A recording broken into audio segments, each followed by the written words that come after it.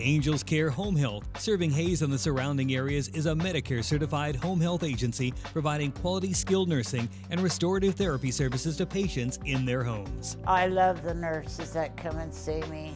Angels Care is there to help 24 hours a day, and all services are covered 100% by Medicare for patients who are eligible. Since I've learned about Angel Care, I would recommend them to anybody.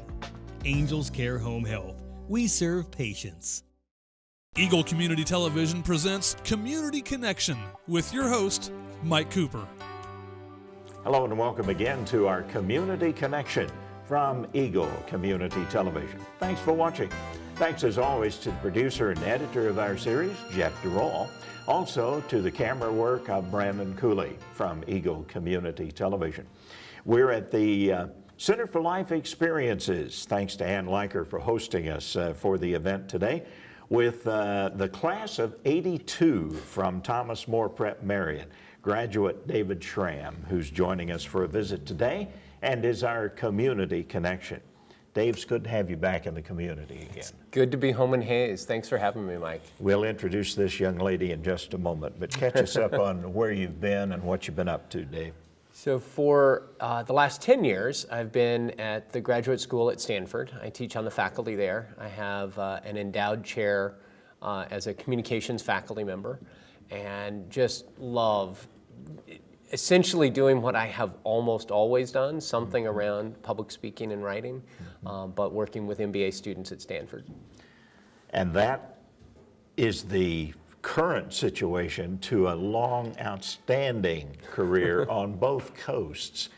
Now, tell us about the decision to leave the community, the family, and your support system.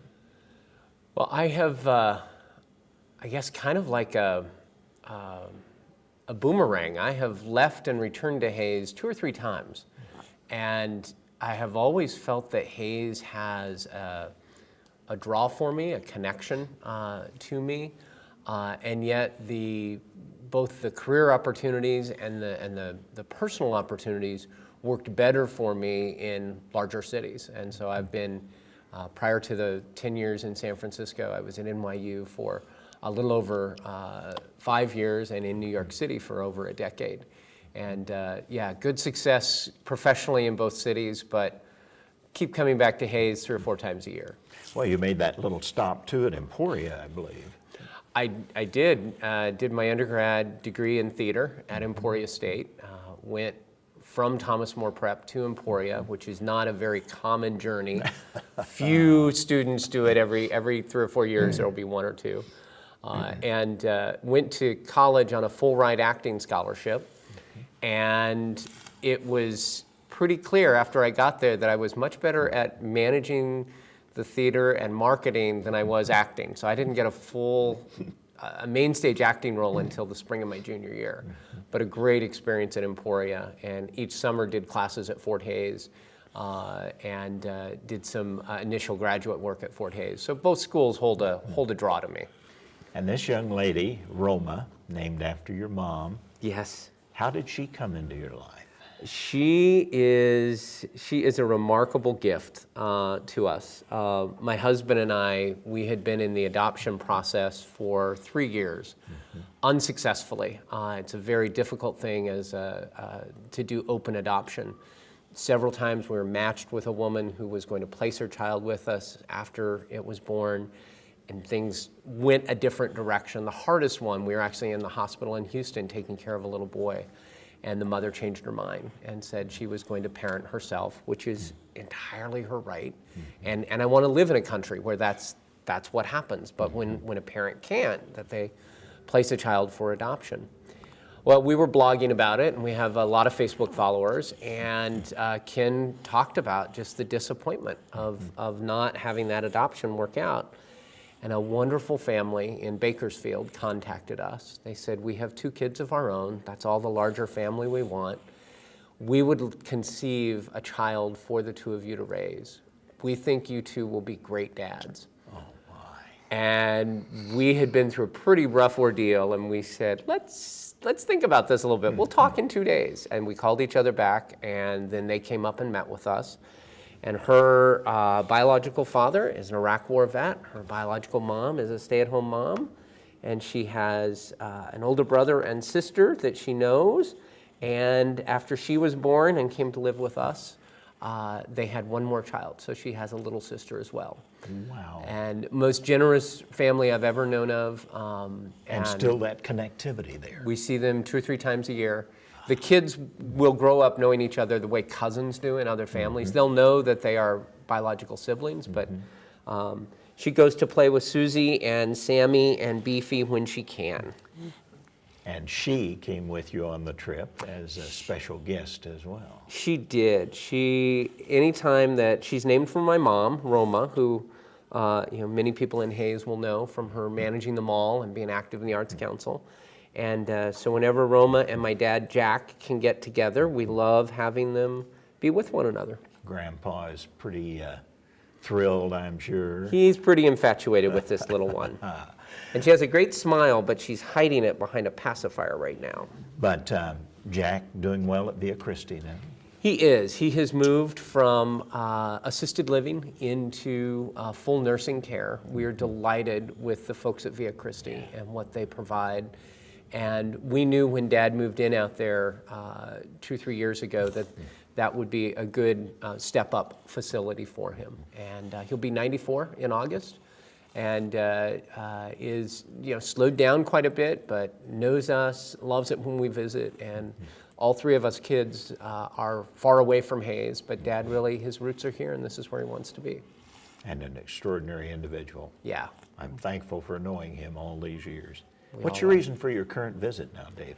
I was invited back through a couple of connections, partially here at the Presbyterian Church. The Center for Life Experiences has a support group for individuals who have had experiences of suicide in their families, and through the relationship they have with the National Association for Mental Illness, they were able to arrange a speaking event at Fort Hayes for me to come back and share part of my journey with depression and suicide.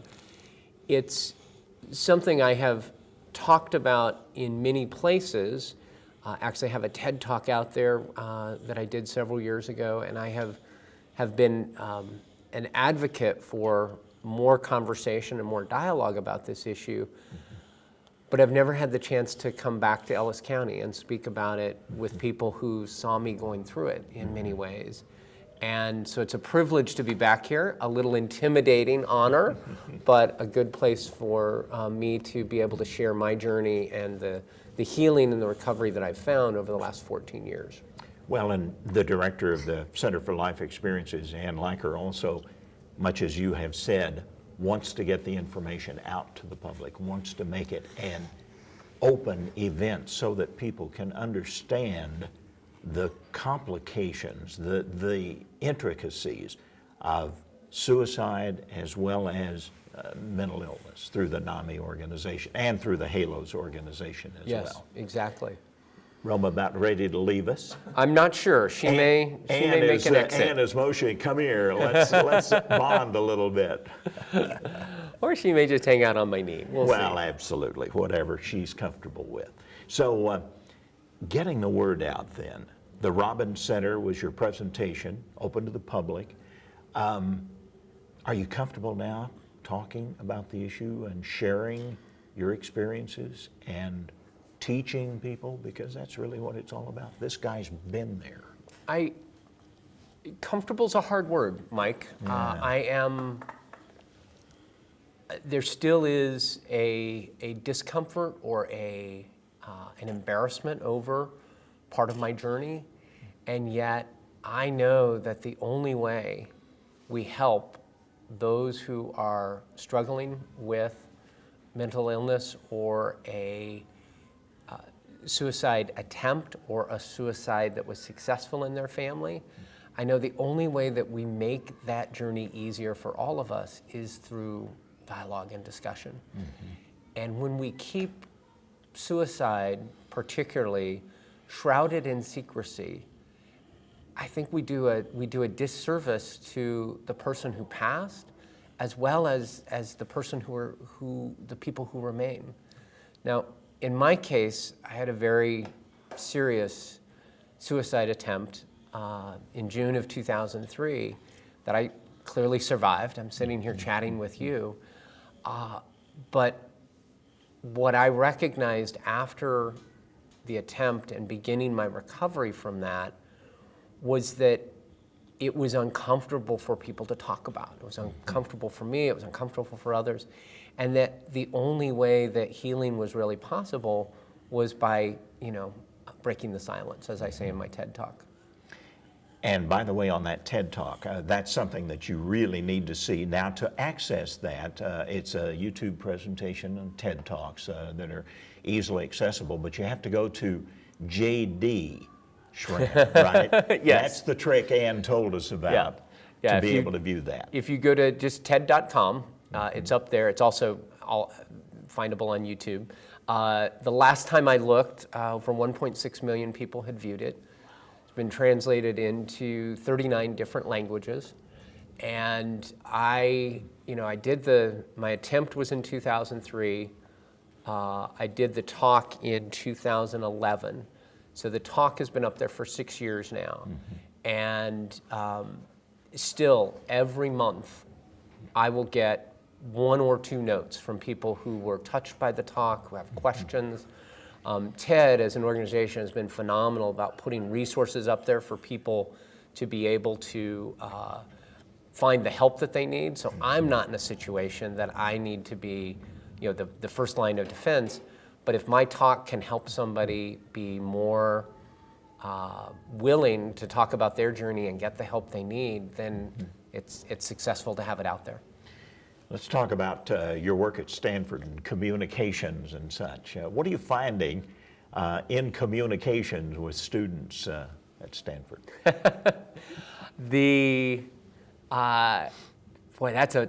a great broad question. Most of my work is with MBA students, and a lot of my work is with MBA students who are starting their own companies. And so they are very thirsty for strategies and tips and frameworks to be successful at getting people to invest, getting engineers to join their firm, getting organizations that will partner with them. And so that particular group at Stanford I really enjoy being able to work with. Because the communication skills to be able to do any of that are so vital. Exactly.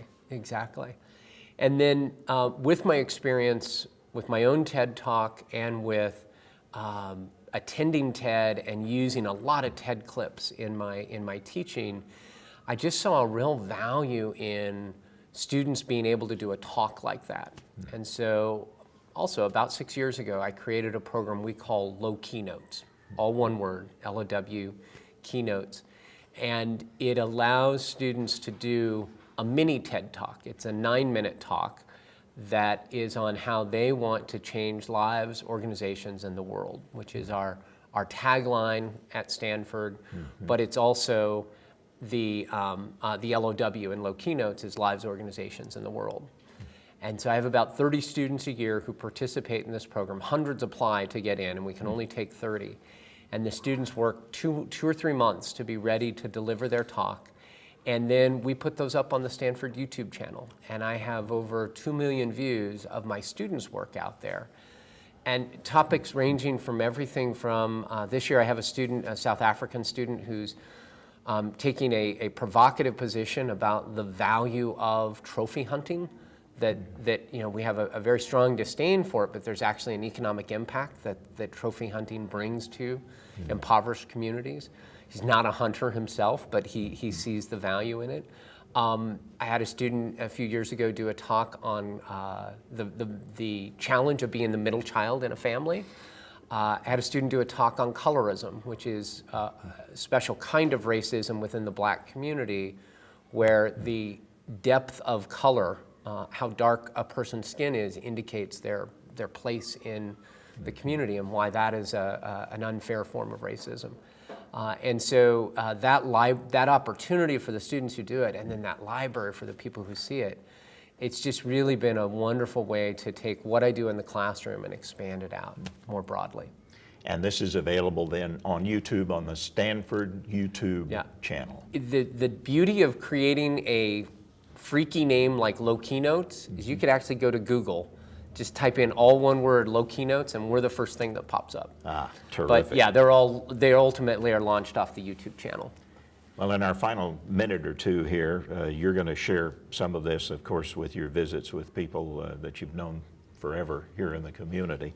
But tell us some life lessons you've already learned. I mean, you've lived a life here since '82, and prior to that, of course, at Prep-Marian. But tell us give us a couple of life lessons, Dave Schramm.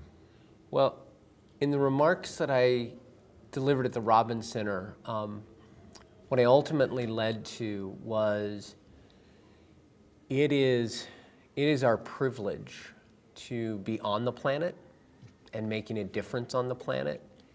And we do that best when we are our authentic selves. Mm-hmm. And the challenge I had in Hays, the beauty of being in Hays is it's a wonderful, remarkable small town, and everyone knows your name. And the challenge of living in Hays is that that doesn't work for everyone. Mm-hmm. And so I have found with my husband and my daughter, and we also have a 18-year-old son that we adopted through foster care, and we have another foster child with us at the moment. We have carved out and built a beautiful family in San Francisco, and we live our lives authentically. We're both members of faith communities, and all of that is important to us, and yet also our roots are important. So I come back here, Ken goes back to New Orleans. We want our kids to grow up knowing where we grew up. Mm-hmm. And to me, it's just being able to live life authentically. And that's I think, the most valuable life lesson I've learned. Throughout our lives, we meet people, we encounter people, and they shape and influence our lives.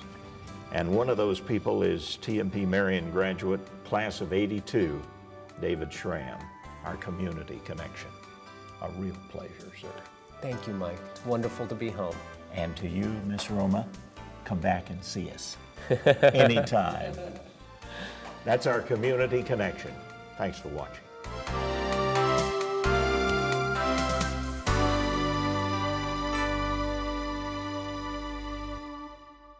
Angels Care Home Health, serving Hays and the surrounding areas, is a Medicare-certified home health agency providing quality skilled nursing and restorative therapy services to patients in their homes. My Angel Care physical therapist taught me how to do exercises safely. Angels Care is there to help 24 hours a day, and all services are covered 100% by Medicare for patients who are eligible. It gives us independence in our home. Angels Care Home Health. We serve patients.